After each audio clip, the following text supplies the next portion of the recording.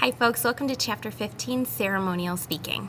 Today we're going to talk about the purpose of special occasion speeches or ceremonial speeches, and we'll talk about the goals of these different occasions. We'll identify the different types of speeches and talk about some proper technique and tips for these speeches that are speeches we give in our everyday lives. So what exactly is ceremonial speaking? Well, this includes formal and informal life events, such as weddings, awards, funerals, graduations, those types of things. The goal is to captivate the audience and create an emotional and aesthetic experience and focus on inspiring your audience. So the purposes range from a wide variety of things and topics, but really they're all about our emotions and making connection. So our speeches in these different occasions need to reflect the tone and the values of the occasion and advocate for a perspective to celebrate, to honor, to inspire, or unify. So there are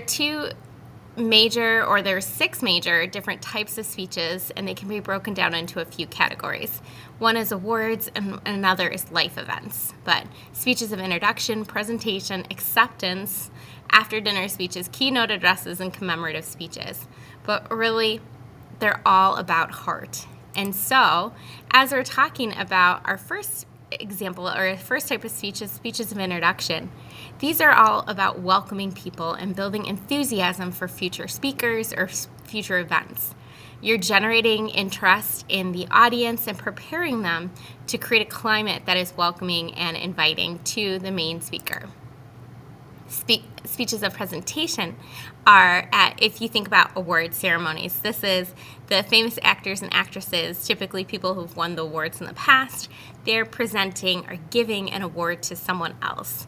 And so the goal is to explain what the award is, to highlight the recipient, and acknowledge all the participants in that given situation.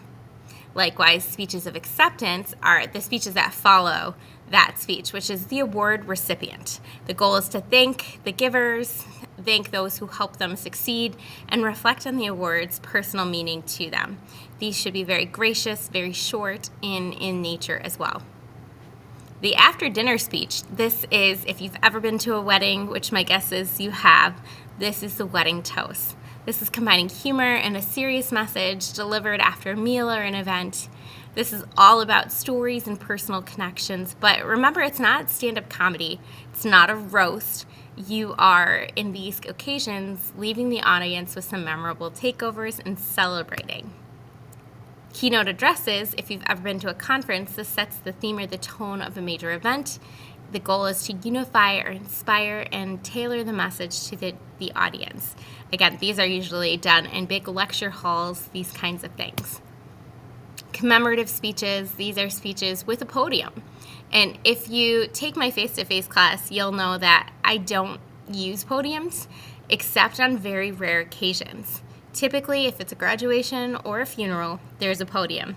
Other than that, there aren't podiums in life. But with a commemorative speech, there are podiums.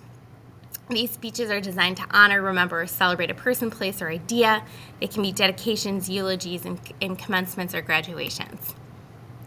The eulogy is a very specific type of commencement address, which is focused on praising the person who has passed, lamenting, and consoling the audience. So celebrating the life well lived, reflecting on the loss, and making sure that there is comfort in the process. Often eulogies are structured with past, present, and future.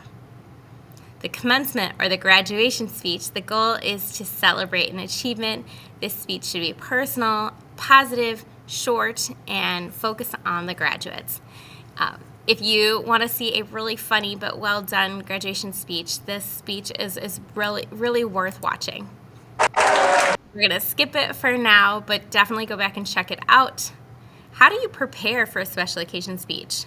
Well, it's important to give a lot of thought to the occasion, adapt for tone, timing, and content based on the situation, know your audience, and be mindful of timing. Short and sweet is definitely a great thought to keep in mind when preparing a special occasion speech. Now, as we wrap up today, ceremonial speeches create meaning. They're adapted to the audience, and they blend language, emotion, and authenticity to create a lasting impact. Remember, these are the speeches that we give in our daily lives. So really take time and care when it comes to crafting your special occasion speech.